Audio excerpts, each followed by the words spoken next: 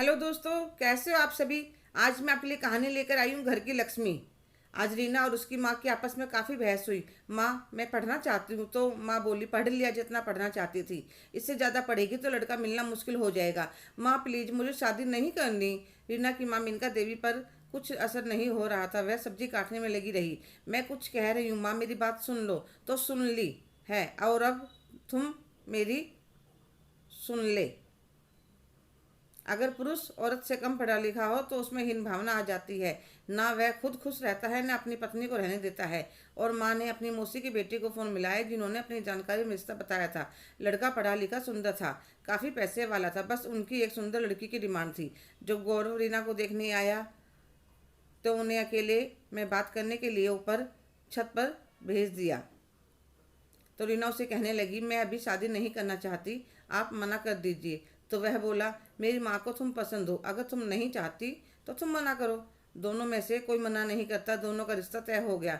तो मैंने सोचा शादी के बाद गौरव से पढ़ाई के लिए बात करूंगी।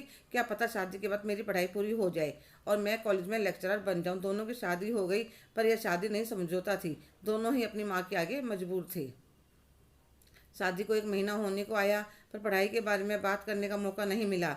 आज रीना हिम्मत करके गौरव से कहती है, गौरव, मम्मी जी ने कहा था मैं शादी के बाद भी अपनी पढ़ाई जारी रख सकती हूँ। माँ ने कहा था, मैंने नहीं। और क्या कमी है तुम्हें, पत्नी हो तो पत्नी की तरह घर संभालो। डिग्रियों क्या क्या करोगी, कौन सा तुम्हें नौकरी करनी है। और शाम को तैयार रहना, मेरे दोस्तों ने शादी की खुशी में पार्टी दे रखी है। वह शाम को अच्छे से तैयार होती है और गौरव के साथ पार्टी में चली जाती है। गौरव के दोस्तों ने काफ़ी शानदार पार्टी का इंतजाम कर रखा था। दोस्तों की पत्नी, ऑफिस में साथ में काम करने वाली, सब पार्लर में तैयार होकर आई थी। गौरव भी एक लड़की के साथ चिपका हुआ था। उसको उसके यहाँ होने ना होने से कोई फर्क नहीं पड़ रहा था। तुम्हारी वह लड़की कहने लगी, पत्नी तो बहुत सुंदर है, तुम्हें तो मेरी पसंद का पता ही है। रीना इतनी बड़ी पार्टी में, इतनी भीड़ में खुद को अकेला महसूस कर रही थी। रात को पार्टी खत्म होने पर दोनों वापस आ जाते हैं। जैसे जैसे समय बीत रहा था, रीना को समझ आने लगा था, गौरव को किसी से कोई मतलब नहीं है। जो उसका मन करता है वह वही करता है। एक दिन रीना ने कहा, चलो गौरव, बाहर घूमने चलते हैं। तुम क्या चाहती हो, मैं पूरा दिन तुम्हारे पल्लू के साथ बंधा रहूं।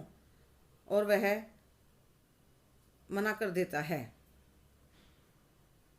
एक दिन रीना की मम्मी की तबीयत खराब होती है, तो पड़ोस वाली आंटी उन्हें हॉस्पिटल लेकर जाती है और वह रीना के पास फ़ोन करती हैं। तो फ़ोन गौरव उठाता है। फ़ोन सुन तो लेता है, पर रीना को कुछ नहीं बताता। 3-4 दिन बाद जब रीना अपनी माँ के पास फ़ोन मिलाती है तो उसे पता चलता है वह बीमार है। तो वह अपनी माँ से मिलने चली जाती है और रोने लगती है। क्या शादी के बाद मैं इतनी पराई हो गई हूँ, आपने फ़ोन नहीं किया। तो पड़ोस वाली आंटी जी कहती हैं, बेटिया, मैंने खुद फ़ोन किया था, दामाद जी ने उठाया था और मैंने उन्हें बताया था कि रीना की मम्मी की तबीयत खराब है। तो रीना का गुस्सा बेकाबू होने लगता है। तो माँ समझाती है, रीना भूल गई होंगे, जा अब तुम अपने घर जाओ। वह घर जाती है तो गौरव कहता है, तुम बिन बताए कहाँ गई थी माँ से मिलने, उनकी तबीयत इतनी ज़्यादा ख़राब थी और तुमने मुझे बताना भी ज़रूरी नहीं समझा। तुम्हें पता है ना, मेरी माँ का मेरे सिवा दुनिया में कोई नहीं है।